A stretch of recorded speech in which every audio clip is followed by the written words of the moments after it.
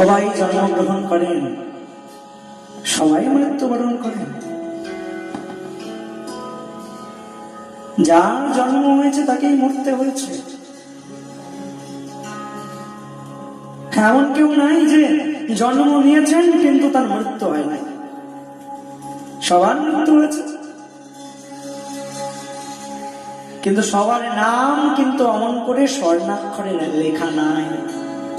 যারা শুধুমাত্র নিজের ভোগে ব্যস্ত ছিল, যারা শুধুমাত্র নিজের সংসারকে প্রতিপালন করতে ব্যস্ত ছিল, যারা শুধু নিজের দেহকে সুন্দর রাখতে ব্যস্ত ছিল, তাদের নাম কিন্তু অমন করে স্বর্ণাক্ষরে লেখা নাই।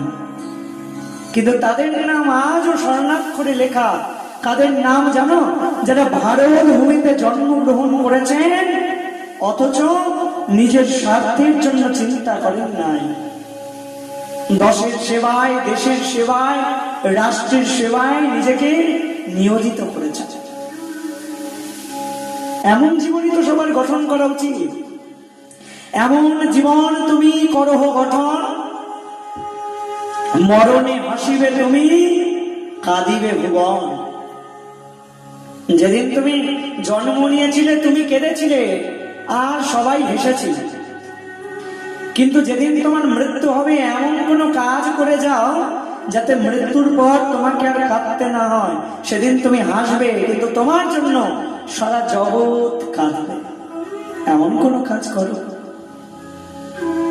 ভারত ভূমিতে হইল জন্ম যার, নিজের স্বার্থ ভুলি করো পর উপকার।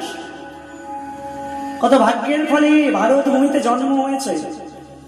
তাই একবার যখন ভারত ভূমিতে জন্ম পেয়েছ তখন নিজের স্বার্থকে ভুলে পর উপকার করো, পরের জন্য চিন্তা করো। আর যিনি কিনা অন্যের দুঃখ দেখে যার হৃদয় কাঁদে না, এক মহাজন বলছেন দিনের দুঃখ দেখে যার হৃদয় কাঁদে না তিনি দীনবন্ধুর নাম নিয়ে কি করবেন? আমার ভগবান তো দীনবন্ধু, তাই না? তো জড়জগতের যে দিন, যে দরিদ্র, যে দুঃখী, তার দুঃখ দেখে কারণ হৃদয় যদি না কাঁদে তবে সে আর দীনবন্ধুর নাম করে কি করবে? হৃদয়টাই এখনো সুন্দর হয় নাই যে, তাই তো অমন দুঃখ দেখেও হৃদয়টা কাঁদছে না। হৃদয়টা আসলে কঠোর হয়ে আছে। আর ওই কঠোর হৃদয় দিয়ে তুমি যতই ভগবান নাম করো সেই নামে ক্রিয়া হবে না। প্রথমে তো হৃদয়কে সুন্দর করতে হবে। আমার ভগবান তো বাইরের সাজগোজ দেখে আসেন না, আমার ভগবান তো তার কাছে আসেন যার হৃদয়টা বড় সুন্দর। তাই আগে হৃদয়কে সুন্দর করতে হবে, তবে তো ভগবান আসবে।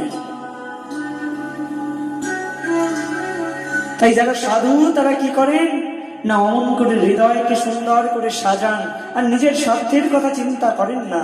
তারা তো সদা সর্বদা চিন্তা করেন কি করলে সবার উপকার হবে, কি করলে জগতের উপকার হবে, কি করলে রাষ্ট্রের কল্যাণ হবে। এই চিন্তায় তারা সদা সর্বদা নিমগ্ন থাকেন।